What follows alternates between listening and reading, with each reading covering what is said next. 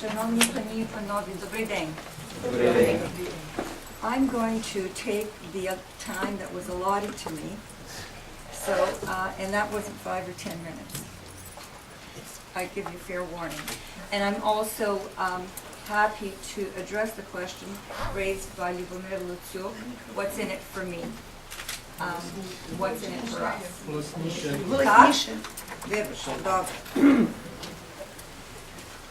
The question before us today of whether we can or cannot continue to support the cause of Ukraine's independence is really a question of, are we willing or unwilling to support the cause of Ukraine's independence?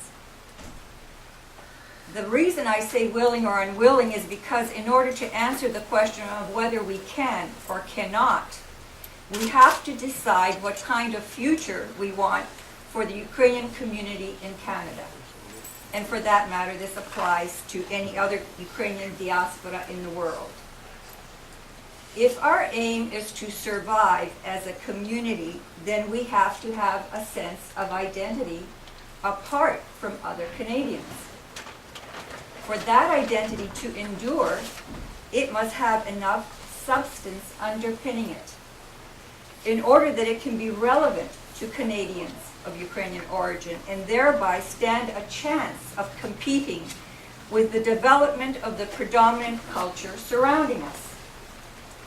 The substance is provided by language, literature, artistic expression, academic, civic, religious, and media institutions, not stagnant, but evolving in interaction with the changing world. That is a tall order for any diaspora. That is, to achieve a level of excellence in its own culture and institutions that competes with national government-founded institutions of the mainstream culture in which we live.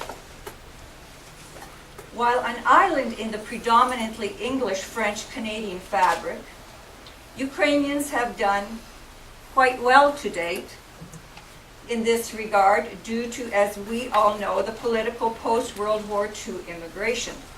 Historians Lubomyr Luciuk and have detailed the uniqueness of this immigration, that during up to 6 years that these Ukrainians were in refugee camps in Germany, they had the motivation and opportunity to set up organizations and self-help institutions which they then transplanted to the countries into which they immigrated.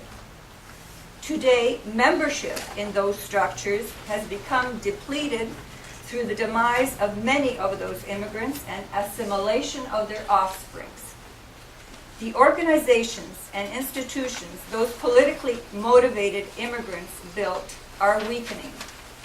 One example of this decline is the impending termination of the chair of Ukrainian studies at the University of Toronto after the upcoming retirement of its head, Professor Magochi.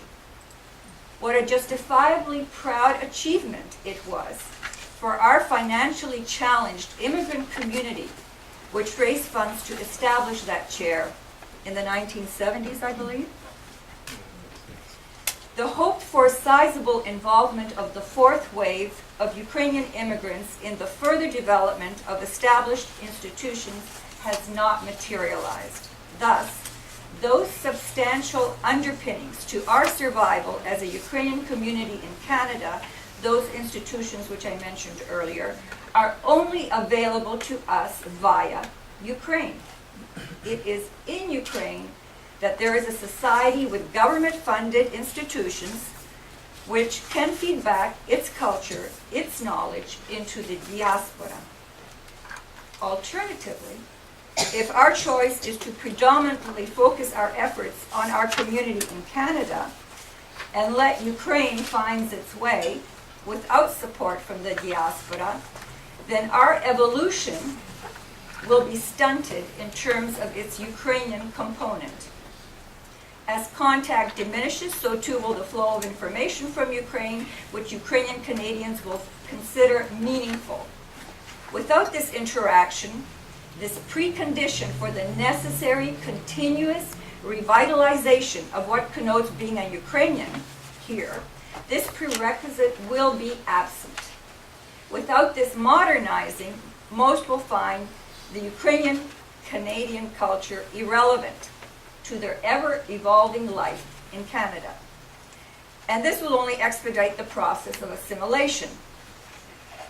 Consider how far off is the day when the Ukrainian presence in Canada will by and large become defined by the colorful hopak, the colorful embroidery, the colorful and largest Easter egg pisanka in Vegreville, Alberta, the largest sausage in the world on the outskirts of Edmonton, the largest varenik in Glendon, Alberta, and the allegations about former Nazi war criminals. That is why the question, can we still support Ukraine, becomes a question of how willing we are to work at making being Ukrainian relevant, and even more significantly, of how willing we are to work at being proactive Ukrainians relevant, under the challenging circumstance of being that island in a predominantly English-French culture. It is taking on the big challenges that has brought us together as a community in the past. Just one example is how the Ukrainian community rallied in the mid-1980s, when the conservative government of Brian Mulroney appointed the Deschênes Commission of Inquiry into War Criminals. With its circumscribed notion of justice, as well as its selectivity in pursuit of war criminals, including the Divizia Halichina. That group of activists, which spearheaded the fight, is represented here today by Lubomyr Luciuk, a co-founder of the Ukrainian-Canadian Civil Liberties Association, a very productive and successful organization. Perhaps nothing has revitalized the diaspora recently like the challenge that evolved into the Orange Revolution. It was Ukraine that inspired many in the diaspora to come forth, who had until then distinguished themselves as lapsed Ukrainians. In fact, it provided the opportunity for the old immigration, the third or political wave, or the banyakir, the choice of term depends on who is doing the identifying, to demonstrate their worth to the fourth wave. Furthermore, the Orange Revolution was not a unique phenomenon in Ukraine's invigoration of our community. During Gorbachev's tenure, when Moscow's hold on Ukraine was less torturous, the formation of the Ruch movement for an independent, democratic Ukraine resulted in activity in our community comparable to that during the Orange Revolution. The difference was that back then, the Ruch movement was more of an evolutionary process over a longer period of time, and therefore did not have the drama to be broadcast on TV worldwide. In sum, it is our involvement in and commitment to helping Ukraine that in turn significantly contributes to being Ukrainian in Canada a relevant, vital thing.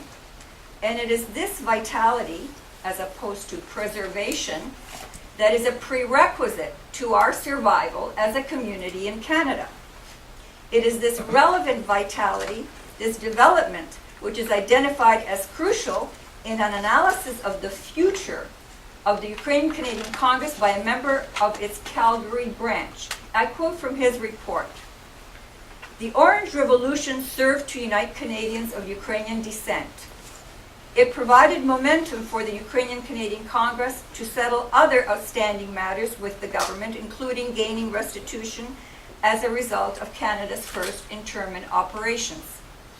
The challenge now for Ukrainian-Canadian Congress, having turned its fortunes around, at least in the short term, is to create relevant programming for the community. Future programming must be based on meeting the long-term needs of the community rather than relying on historical events which come and go, such as World War II, Ukraine's independence, and the Orange Revolution as the basis for its mandate. If the Ukrainian-Canadian Congress is unable to develop such programming, then it will continue to decline into eventual oblivion. End of quote. Because an independent and democratic, not Russified Ukraine is central to our meaningful functioning and survival as a community in Canada, and because I assume we have not gathered here to proclaim the not too distant death throes of the Ukrainian Canadian community, it seems that our only choice is to find a way to support today's independent Ukraine by helping it to evolve from a corrupt, oligarchic, considerably Russified state toward a truly Ukrainian democracy. It is not impossible with a committed and focused leadership and a judicious plan. We do not have to do it on the scale of the Jewish diaspora, who has done this very successfully, but we can approach matters with the same intelligence and determination using our lesser financial resources to help Ukraine towards a true democracy.